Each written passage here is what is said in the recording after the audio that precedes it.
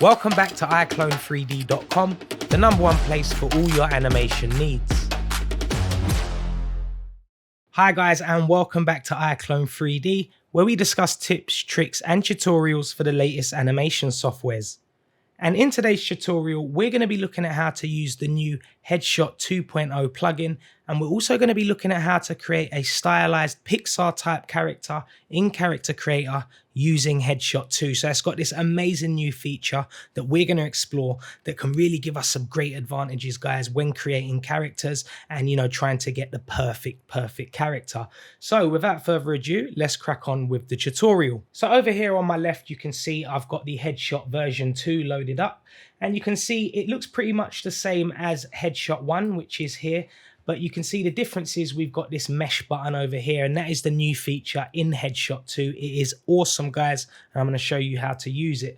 So the image is pretty much the same as Headshot 1. It's pretty much a legacy plugin where you can create a character using any picture. But this is the new feature that we're going to look at today, guys. It's the mesh, and it allows us to create characters using just the mesh of a character's head. So for example, you can have an OBJ file of any character head, and you can then create that into a full character by wrapping the mesh onto a body. So it's a really awesome feature, guys. So firstly, over here, you can see the supported mesh types include the whole head, a covered head so it can have hair, or it can even be a partial head with maybe a hat on or, some sunglasses. And it also allows full body. So there's a number of different parameters you need to follow when loading in the mesh. So if you come over to ArtStation and you search for head mesh, you can find dozens and dozens of different types. Over here, you can see we've got a number of different head meshes all in one, and, really cheap, and you get dozens of different heads that you can then bring to life in Character Creator 4 and actually, get them onto a body, walking and talking and looking awesome. So once you've decided what head mesh you want to use and you've picked that up, you're going to want to come over to Character Creator 4, and we're just going to load in the FBX or the OBJ file, whichever file you've got. I tend to use OBJs. They load in a little bit quicker. With an FBX, if you are using one, just remember to bring it in as a prop.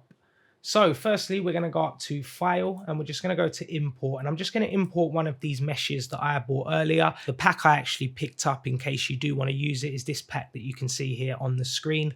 And, it really is cool because it allows you to create a really nice stylized character that looks like a Pixar creation, and that's what we're going for today. So it might be the pack that you want to pick up.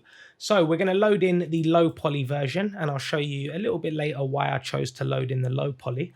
But firstly, you can see it comes in really small. So we're just going to use our scale tool to scale that head all the way up and just get that nicely in our viewport. And now you can see we've got this low poly version of the character's head. And what we're going to do is we're going to come over to our mesh tool here, and you can see there's a couple of things that we need to follow. So it says here we've got to deploy a model and position its base at the world origin 0, 0, 0. So what that means is if we come down here into our modifier tab and we go to our transform section, you can see the X, Y, and Z axis for both move and rotate are all set to 0, 0, 0. So best to keep it at that to get the perfect results. That's what kind of you need to keep it at when it says here base at world origin. You just need to make sure all these are on 0. The second part you want to make sure is that the head is facing front, which our head currently is. Some may load in facing backwards, so you just have to turn that in place and make sure it's facing -Y direction. And then the third and fourth thing you want to do is you make sure the camera is aligned with the character's head, and you've got a nice front view of the head. So this looks pretty cool to me. And now we're just going to go over to start head generation. Now when we click this, you're going to see we're met with an error message, and it's basically telling us that multiple objects have been detected and we need to select only the model. So the way around this is we need to go into our scene tab, and here you can see we've got our male head, but we've got a drop down menu with a lot of different components that are attached to the head. Now what we want to do is we want to find the main base, and we want to select the base. So in this case it's the Joe, and if we click off, you can see that removes the base head. So we just want to have that selected, and you want to make sure that if you face that issue, you go into your scene tab and you just select the base. Now, when we go back into Headshot 2 and click Start Generation, you can see that starts to generate for us. And once that's done, you can see on the left-hand side, that generates 2 heads. Now the head on the left hand side is actually the character creator for standard base mesh head, and the one on the right hand side is the version of the head in our viewport. So you can see it's done a really good job of getting an accurate reflection of the head that we're using. Now on the left hand side, you can see this head has a number of different points on it that are numbered 1 to 24, and that's just basically mapping out the facial areas that we're going to reconstruct. Now up here you can see we've got some different points. We've got the 24 points that's already set on the character's face. Now these ones are going to be all in the correct position, and it's our job to replicate these numbers on this face in the exact same position as they are here. Now we can see we've also got the option for 32. So if we click on that, you're going to see that adds some more points on the top of the head and the side of the ear here. So you can see we've added more points by using the 32. And this is just going to allow us to incorporate the ears, the top of the head, and get a much more accurate kind of mesh when we create that and generate it a bit later. So what we're going to do is we're going to leave it on 32. Now we can manually come over to our face and we can select the different points. And what I said earlier is we have to make sure they align perfectly with the same numbers here. So where 1, 2, and 3 is, we're going to place them exactly in the same place on this mesh by clicking down on the different points. Now you can see the 1 matches where the 1 is here, the 2 matches where the 2 is, and the 3 matches where the 3 is. And we could do the same thing for all the different points on the face, just clicking the areas where we need to make sure they're mapped out and ensuring that the numbers are exactly the same in both places on the different meshes. Now, of course, this is the longer way around, so I'm just going to undo that. And I'm going to show you a quicker way where we can automatically detect those points on the face just by using this auto detection up here. So we're just going to click once on that, and you're going to see straight away that maps out on the face the corresponding numbers. Now, it doesn't do the best job. We are going to have to do a little bit of manual cleanup. As you can see here, the 10 is kind of on the eyeball instead of on the kind of eyelid. So we just want to make sure these are accurately placed in the correct positions. Now, the more time you take here and get them accurate, the better results you're going to get when we actually generate that head in a moment. So you just want to make sure all these points are lined up really accurately. Now, if you wanted to use a wireframe shader to kind of get a bit more of a viewport on where you're exactly placing these dots, these numbers, you can go onto your wireframe and you can change that to wireframe mode. Now, I tend to like it as normal. I find it a little bit easier for me, so I'm just going to leave it like this. You know, just make sure you're zooming in to check that everything's in the right position and, you know, kind of as close as it can be as possible. And you're going to get some amazing results when we generate this mesh later. Now you can see the 15 and the 16 look really cool and pretty close. We might be able to bring that down a little bit more and, you know, just bring that down a little bit. But, you know, sometimes, you know, you're going to have to kind of, well, a lot of the times you are going to manually have to kind of place these in the correct position, but it doesn't take very long. There's only 24 points. And, you know, once you get the hang of it, you'll pretty much be able to do this with your eyes closed. We're just literally placing them in the positions just to get the best results possible. So it will take a couple of minutes, but you can see here, once we're done, we've completed that now, and that looks pretty cool. Everything looks lined up nicely. Now what we're going to do is we're just going to come to the ear section because it doesn't actually create these points for us, as you can see here. So we have to manually input these, and we want to follow the exact same number order. So we've done the first 24. Now we're going to do 25. So we're just going to click here. We're going to do 26 down here and 27 up here. And we're going to do the same for the ear on the right hand side. We're just going to say 28 goes here, 29 here, and 30 up here. So again, we're going to just have to manually do the ears and the top of the head and the back of the head. So again, I'm just going to place 1 point here, and then we're going to come to the back of our character's head, and we're going to align the 32 right here. And you can see now we've placed all of those points on the character's head. We can now go ahead and safely generate that head using the AI tool up here. So we just want to come to our head gen, and we're going to click generate, and that's going to start to generate that head for us. And once that's done, you can see that's created that mesh over here for us. Now you can see it looks pretty cool. It doesn't look exactly like our mesh here, and it won't always come out exactly the same. Now, there is a way that we can actually refine this mesh in a little while and get that closer to our image here. And I'm going to show you how to do that in just a second. But in this section, in the head gen section, it's generated our head effectively. So this is the head that has been generated for us that we're going to place on a body. Now, the affected areas up here, you can see we've got our full head. We can also just use the face, and we can then use even less of the face here using that last one. So we're going to bring in the full head, of course, and we're going to go to the final point up here, and we're going to hit refine mesh. Now that's going to start to refine that mesh, and we're going to be able to have a lot more kind of control over it. And you can see now it's refined the mesh. It is a lot more closer to this head here. It looks a lot more closer to that option. Now there's a couple of tools in here that we can do before we actually attach this head to a body. Now we've got our move tool up here, so I'm just going to come a little bit closer here. Now you can see it's quite a large kind of perimeter that it affects. If you want to change that, you can come down to the radius here and bring that down a little bit so we don't affect such a large area. And what we're going to be doing with this move tool here is we're just going to be using it to move different areas of the mesh. Now you can see if you overdo it, it does kind of, you know, start to damage the mesh. So you don't want to kind of do too much here, but it's just something you can play with if you wanted to, say, kind of move, you know, the lips or move a part of the mesh. You can see here it allows you to do that. You don't want to use it too much, and you want to be really careful not to destroy the mesh. But again, I'm going to undo all of that because I'm really happy with how that mesh looks as it is. Now we're going to move on to the smooth tool here. This allows you to smooth different areas on the mesh. As you can see, that's smoothing in and out the nose, and you could just use this to really play around and smooth things out on your mesh.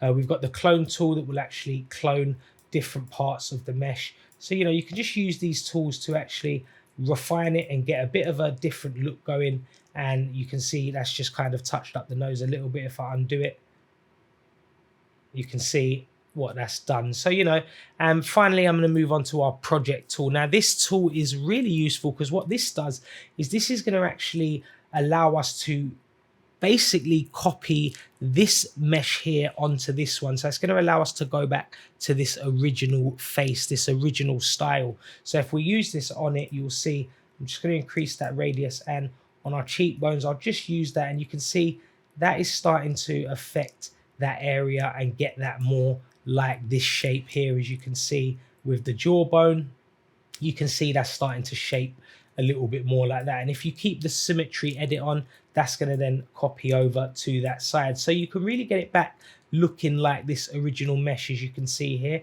if we paint on the chin, you can see that brings that area of the chin back, and it really then starts to look exactly like this piece here. So I'm not going to overdo it. I just wanted to bring out the cheekbones and kind of bring out this area just to show you how useful this tool is here. And once you're happy with how your mesh looks, we can then finally go and attach it to a body. And we're just going to use this attach to body button down here.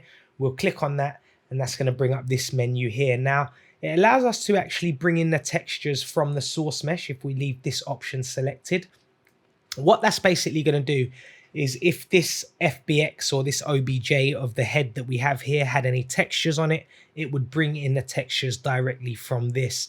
Now you can see, of course, it hasn't got any textures. So all it will do is bring these kind of textures that we're seeing on the model. So we don't want to have that selected in this instance. Now for this instance, we're going to leave it textureless. And here we're going to just leave the normal map for now as the source mesh. And we're just going to go over to the body type, and we're going to choose male, and we're going to choose the type 1 mask. And all I'm going to do now is hit generate. Now what that's going to do is it's going to take a few minutes, and it's going to generate our model. And once that's generated, you can see on our left here, we've got the generated character, and on the right, we've got the head that we generated from. And you can see all of that stuff we done with the jaw, bringing back the original jaw, has done a really good job. It looks exactly like our character's head here on the right.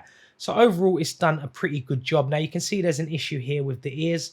So we have to kind of go back and actually fix this.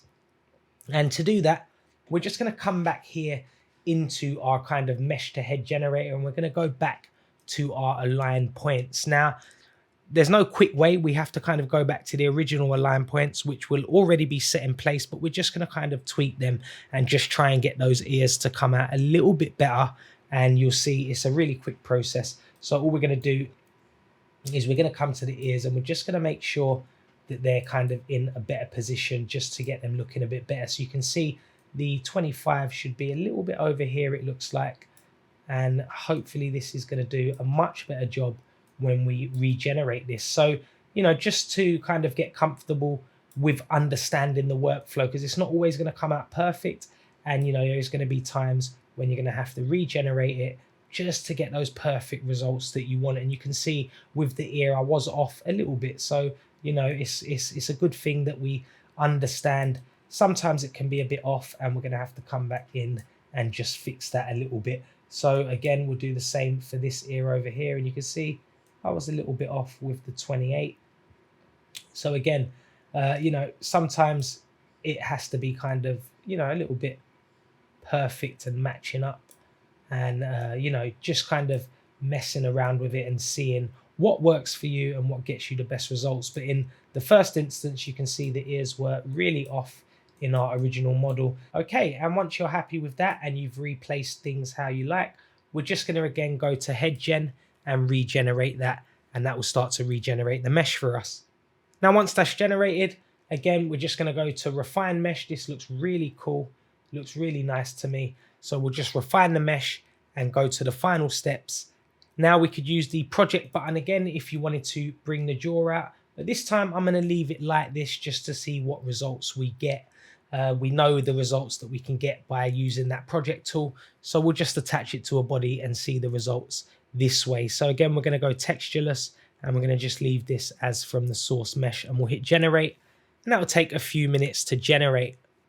And once that's generated, you can see those ears are a little bit better and they look a little bit more in proportion. Now this one does look a bit larger, but we can actually adjust and tweak this manually, so that looks perfectly fine for me. Now, again, we'll just take a look at our original model, and you can see now, because we didn't do the cheekbones, you can see it looks a little different. So you can see how useful this project button is if you really want to kind of get it looking exactly like the original mesh that you bring in. But in this case, we're happy to leave it like this. So what we're going to do now is we're just going to actually turn this into a Pixar style character that looks, you know, ready for the big screens, ready to go up in the cinema in your films or your games. And, you know, it's going to look awesome.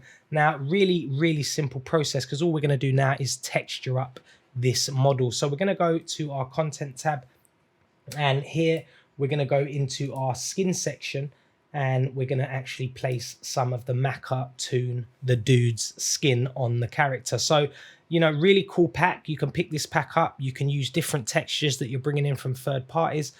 This pack is really awesome. I'm just going to double click on Brian, the skin texture, and you're going to see this is going to bring up this little box. Now we're going to leave these unchecked, and we're just going to hit apply with these settings as they are. And this is now going to apply that texture to our character. So, you know, really, really cool, guys, because now you can see we've got our own character that we've actually created. And, you know, it looks awesome, guys. It's really, really unique. And, you know, it's already looking incredible. Now, we're just going to add some eyes, of course, to this character. So we're just going to go back here, and we'll go up and search for eyes. And that's going to bring up some cool eyes. We can use again the Maca Toon pack. So I'll just double click on that, and we'll just choose material only, and that's going to then give us these really cool eyes. Now you can see they may be a little bit big, so you can actually go into your modify tab here, and we're just going to go under the eye, and we'll go to eyeball. We'll just find the eyeball here, and we're just going to scale these down a little bit just to kind of bring them more into proportion. Now when you get to your limit, you can actually hit bake here, and then we can then bring them down even further to make them a little bit smaller. And that looks pretty cool to me. And now we've got our really cool eyes on our character.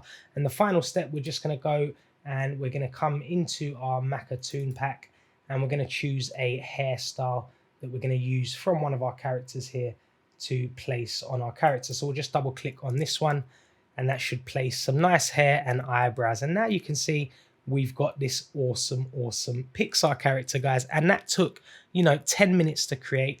and we've got this really unique character that we've created using the new Headshot 2.0. That is an awesome tool, guys. You can come up here to the morph section, and we can actually further start to now refine this character just to get him looking even more unique and, you know, even more like a Pixar stylized character. And you can see how good it looks already, guys. This looks, you know, really awesome to me. I'm really really astounded how good the plugin is to create characters really quick and really fast. And you can see now we've got this awesome Pixar style character, and we've created him in about 10 minutes, guys. So really awesome way you can then start to create your own characters. Now, if we go to our facial expressions very quickly, you'll actually see we can actually edit our facial expressions, and we'll just put an expression on our character, and you can see this comes with all of those expressions. And we can actually turn on the wrinkles because it does already come embedded with the wrinkles placed in. So, you know, really awesome, guys, because it is giving you the latest versions of these characters with the wrinkles and, you know, with all the facial expressions. And, you know, we've done that using the new Headshot 2.0, and it's taken about 10 minutes, and we've got this incredible Pixar style character that we've created from scratch, completely unique. And, you know, it's just an awesome way to start creating characters, guys. I'm really blown away by this, and I really hope this has opened your eyes to some of the cool things you can do with the new Headshot 2.0. So that really does conclude the tutorial, guys. I am going to be doing a lot more tutorials and covering a lot more features with the new Headshot 2.0, and we're going to look at how to create a ton of different characters over the coming months. On top of that, you're going to see a lot more tutorials coming, you know, covering some of the awesome new features in iClone and Character Creator, and I really look forward to kind of seeing you guys again soon for another tutorial.